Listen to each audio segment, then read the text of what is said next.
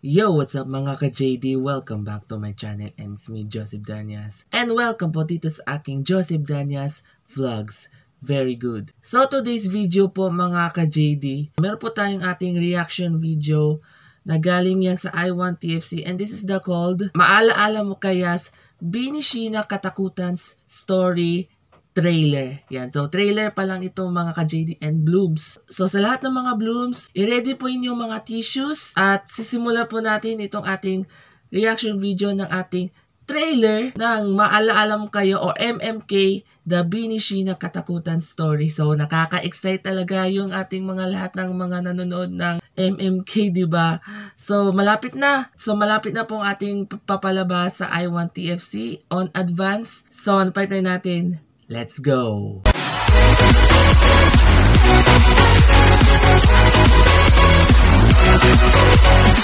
So, ito na po ating full trailer ng MMK Binishina Katakutan Stories. Yan. So, grabe, nakaka-excite talaga ako yung pinapanood ng MMK, no? Sobrang namimiss ko to yung MMK after 3 years. Eh, ngayon, nagbabalik na yung ating MMK. So, let's do this! Full trailer ng Binishina Katakutan Story ng MMK. Let's go! Medyo mahina yung volume, no? Okay ba yan? Hey! Grabe, nakaka-excite talaga yung papalabas nito, no? Grabe. Oh my God. Buhay pa yung mama niya.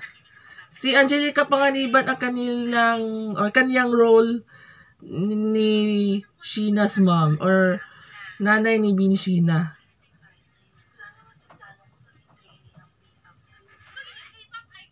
Ay, wait lang ha.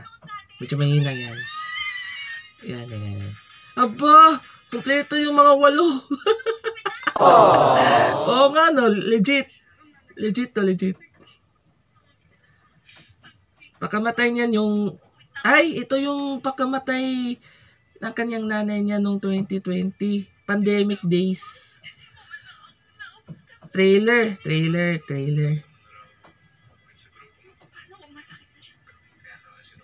Oh, with the special... Oh no! With the special battery...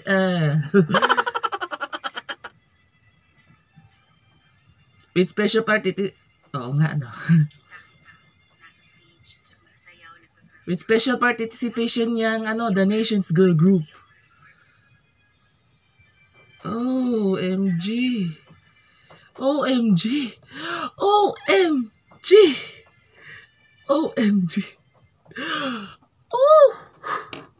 Grabe, na-excite talaga ako.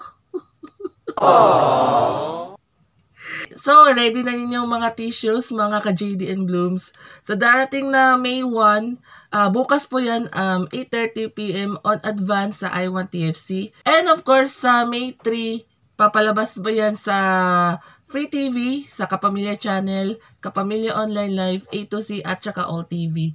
So, grabe, nakaka-excite talaga ako yung panonood na yan. So, panoorin ko na ito yung ating full story ni Binishina Katakutan sa MMK. Abang-abangan natin yan lahat, mga Blooms. At, yun lang ng aking reaction video ng Binishina Katakutan Story ng MMK. At salamat po sa lahat ng mga nanonood and nakipag-subscribe kayo sa YouTube channel. Pasensya muna kanina kasi bulol na naman ako.